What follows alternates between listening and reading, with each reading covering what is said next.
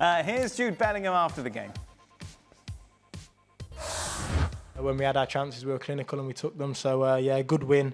Still not perfect, but that's the beauty of it. I think we can still keep working. The coach's ideas are amazing, and we want to keep working in the direction that he wants us to go in. Be great if he said the coach's ideas are rubbish. I prefer Ancelotti. That's enough of that.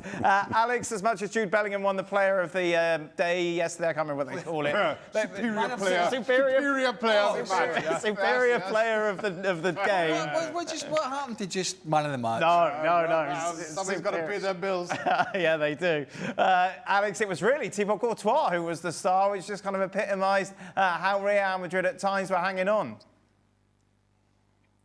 Yeah, it was the collective display, I think. I mean, Courtois was at 10 saves, I think, from him. Did play well. There were some other eye-catching performances as well. I thought Gonzalo Garcia, the young forward, did really well in the first half, played a role in setting up the goal for Arda Güler. Of course, the three midfielders were on the score sheet in Bellingham, Güler and Fede Valverde. But for me, it was about the team and it was about the coach, because what was really impressive, having gone down to 10 men so early after 7 minutes, was the way they kind of regrouped, reorganised and made it work. And like you say, they had to be incredibly efficient. They had 3 shots on target and scored 3 goals and won 3-1. And Pachuca made them work for it. You know, Rondon caused big problems for the defence. He was involved in Asensio's sending off. But overall, like I said, I think given the circumstances, playing with 10 men for that long, I thought Madrid did pretty well. And it was a sign that Alonso is starting to kind of get to grips with this team, the way that, like I said, he reshuffled. He said basically after the first cooling break, after half an hour, he talked to the players, moved things around, reshaped the midfield, and it worked pretty well. It was a sign that I think they're heading in the right direction. And talking to Alonso afterwards, he said he was that kind of in-game intelligence, he said, the ability to sort of read the game, understand what the game situation requires. He said that's going to make a big difference for them. At times last season, it felt like there wasn't enough of that from Real Madrid. It was kind of the same thing over and over again, often from Madrid, without much kind of flexibility or tactical variation and switching things up in games. And this was something I think that's something we might see a bit more of in the coming season. Who's his first choice defensive line, Alex? It's a very good question. I mean, they've gone out and bought half a new defence, haven't they, in Trent and Howson.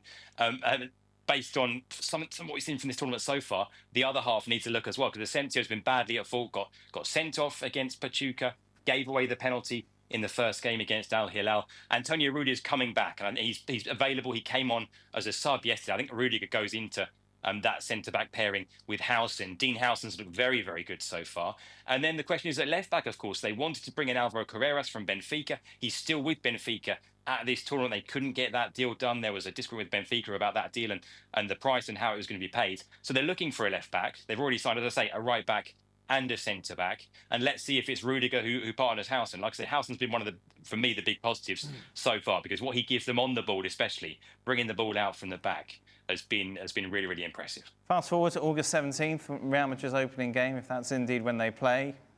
Who's your back four?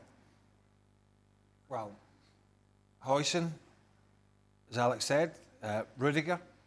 You'd have Rudiger over Militao, for example. It depends on how the knee is. Right. I don't know.